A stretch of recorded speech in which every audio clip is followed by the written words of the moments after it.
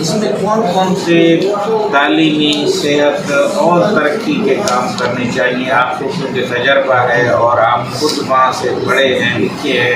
ایک سائیکل کے دکان والے کا بیٹا اسپیشلسٹ بنتا ہے سعودی عرب میں، اس کے 3 بیٹے انجینئر بنتے ہیں، اور آج آپ جو ہے وہ چھٹی کے لیے یہاں آئے ہیں. تو یہ ایک خوبصورت اور سکسیس اسٹوری ہے جو نوجوانوں کو میرے خیال میں ایک جذبہ اور خواہش دے گی کہ ہم سب کچھ بن سکتے ہیں. آپ بھی جو ہے کوئی امیر یا کسی بڑے خاندان سے نہیں تھے، لیکن آپ یہاں تک پہنچے ہیں.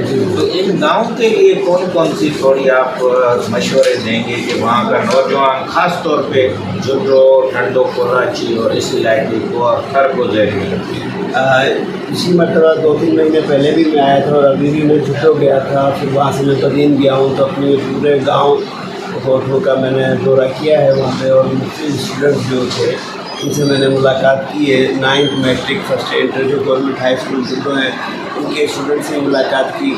تو مجھے جو اندازہ ہوا کہ بچے جو ہیں وہ زیادہ تر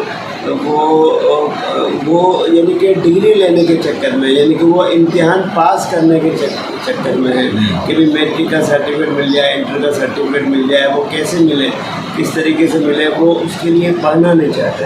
جب وہ پڑھنا نہیں چاہتے تو ان کی کہیں سلیکشن نہیں ہوتی، ان کا جو ویژن ہے وہ نہیں بنتا. تو میرا تو یہ خیال ہے کہ اگر آپ نے پڑھنا ہے تو اس کو لگا کے پڑھیں، دلچسپی سے پڑھیں. اور جو لوگ کامیاب ہو چکے ہیں اس فیلڈ میں، جو ڈاکٹر بننا چاہتا ہے وہ ڈاکٹر سے جا کے پوچھیں کہ ڈاکٹر کیسے بنتے ہیں، کس طریقے سے داخلہ ہوتا ہے، کیسی میرٹ ہوتی ہے. جو انجینئر بننا چاہتے ہیں وہ انجینئر کا پوچھیں، جو LLB کرنا چاہتے ہیں وہ LLB کا پوچھیں. لیکن صرف ڈگری لے لینے سے کوئی فائدہ نہیں. اچھا، ایک یہ ہے کہ ہر کہتا ہے کہ سرکاری نوکری ملے، سرکاری ہمیں جاب ملے. تو آپ کا کیا خیال ہے کہ اس سے ہم کیسے نکلیں، اور دنیا میں جو بھی IT ہے، AI ہے، کمپیوٹر ہے، پرائیویٹ سیکٹر ہے، اور بہت سارے اور ٹریڈ ہے، ایون ایڈورٹائزنگ ہے، تو اس طرف کیوں ہمارا دھیان نہیں جا رہا ہے؟ صرف ہم نوکری کے ہی ایک چھوٹے سے ڈبے میں بند رہے ہیں. اصل میں کیا ہے کہ جو سندھ جو ہے نا، سندھ اب اندرون سندھ کا جو خاص طور سے مزاج جو ہے وہ یہ ہے کہ سرکاری نوکری مل جائے اور پھر خوب بیٹھ کے نا کرپشن کرے. تو یہ یعنی کہ سندھ کا مزاج ہے. ابھی میں پچھلی مرتبہ بھی گیا تھا، پورے اندرون پنجاب ہو کر آیا ہوں، پنجاب، لاہور وغیرہ بڑے شہروں میں بھی ہو کر آیا ہوں ابھی بھی. تو وہاں پہ لوگ بہت زیادہ محنت کرتے ہیں. ابھی میرا بیٹا گیا وہاں پہ، یعنی کہ ایک سروسز ہاسپٹل میں اس کو ضرورت تھی انٹرنشپ کی، اور وہ بہت بڑا ہاسپٹل ہے. اس نے جا کے وہاں پہ انٹرویو دیا اور اس کا وہاں پہ سلیکشن ہو گئی، اور وہ وہاں پہ ابھی کام کر رہا ہے. نیورو سائیکالوجسٹ جو ہے نیورو. جی. اور یہ یہاں پر اگر ہم یعنی کہ سندھ کے اندر مسئلہ یہ ہے کہ یہاں پہ اتنی کرپشن ہے. ابھی جب ہم جھٹو کی طرف جاتے ہیں، ابھی میں گیا تھا تو روڈ بنا ہوا تھا، نہیں تو تقریباً 70 کلومیٹر کا فاصلہ 3 گھنٹے میں جا کے طے ہوتا ہے. یعنی کہ حیدرآباد سے اگر ہم جائیں گے تو سارا انفراسٹرکچر ٹوٹا ہوا ہے. اور ٹیچر وغیرہ جو ہے نا وہ بھی اس وقت جو سلیکشن ہوئی ہے پچھلے 2-4 سالوں میں وہ بہتر ہوئی ہے. تو یعنی ہمارا ویژن نہیں ہے. ہمارا ویژن یہ ہے کہ سرکاری نوکری ہو اور ہمیں کام نہ کرنا پڑے. سر، آخر میں کوئی آپ ایسا پیغام دینا چاہیں اسرا یونیورسٹی کے اور ہمارے آج کل کے نوجوان ڈاکٹروں کو جو سعودی عرب جانا چاہتے ہیں، ان کے لیے کوئی مشورہ ہو کہ یہ جو برین ڈرین ہمارا ہو رہا ہے یہ بھی نہ ہو اور وہ اپنی زندگی کو بھی بہتر بنانے، تو کس طرح سے آپ مشورہ؟ مزے کی بات میں نے یہ دیکھی کہ جن کی جنرل پریکٹس یہاں پہ سیٹ ہے، ان کی آمدنی سعودی عرب میں جو میڈیکل آفیسر ہے اس سے ڈبل ہے. یہاں پہ حیدرآباد میں، جھڈو میں، کراچی میں، یعنی کہ جو اچھے یعنی کہ ہے. تو یہ عام طور سے جو جنرل پریکٹس کے لیے جب بیٹھتے ہیں تو وہ کیا کرتے ہیں کہ چھوٹی سی کٹیا لے کے بیٹھ جاتے ہیں، اور وہ سوچتے ہیں ہاف ہارٹیڈ بیٹھتے ہیں. اپنی کلینک کو وہ چلانا نہیں چاہتے. وہ کہتے ہیں بس یہاں پہ جب چل جائے گی تو پھر ہم یہ کر لیں گے، وہ کر لیں گے. میرے چند ایک دوست تو ایسے ہیں جو کہ